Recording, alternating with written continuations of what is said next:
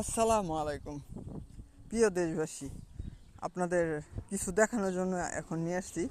তো সর্বফার্স্ট আমি এখান থেকে শুরু করি যে সরকার যে এই যে রাস্তার কন্ট্রাক্টরদের যে টাকা দেয়, এগুলো তো এই ফাঁকাররা খেয়ে পকেটে ভরে নেয়। এই যে রাস্তার কী অবস্থা আপনারা দেখছেন, এটা আরও কয়েকবার বৃষ্টি আসলে এটা পুরাটাই ভেঙে যাবে।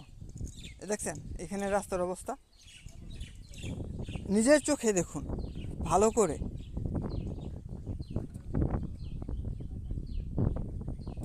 দেখছেন কি অবস্থা রাস্তার, আরও সামনে দেখাইতেছি।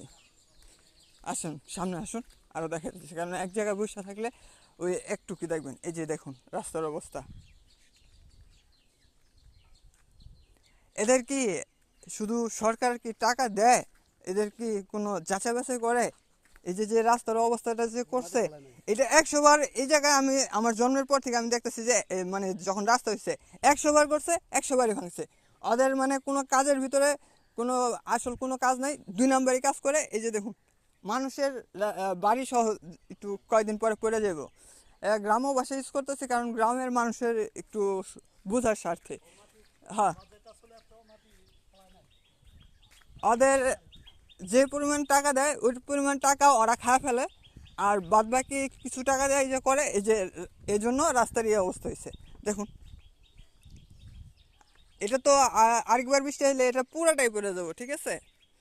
এই যে রাস্তার অবস্থা দেখুন।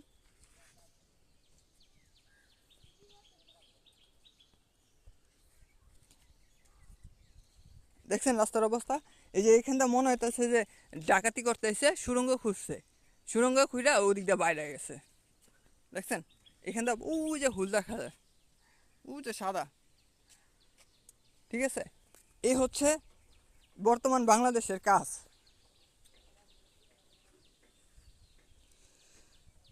এটা আসলে সরকারের দেখা উচিত যে এই যে রাস্তার কন্ট্রাক্টরদের যে টাকা দেয়, এই টাকাটা কিসে কাজ করায়।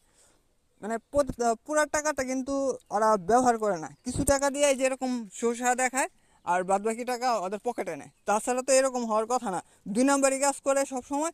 এই জন্য রাস্তার এই অবস্থা। আমি মানে এখানে যখন রাস্তা তৈরি হয়েছে তখন থেকে আমি দেখতেছি যে রাস্তা এখানটা যতবারই করে ততবারই এই অবস্থা হয়।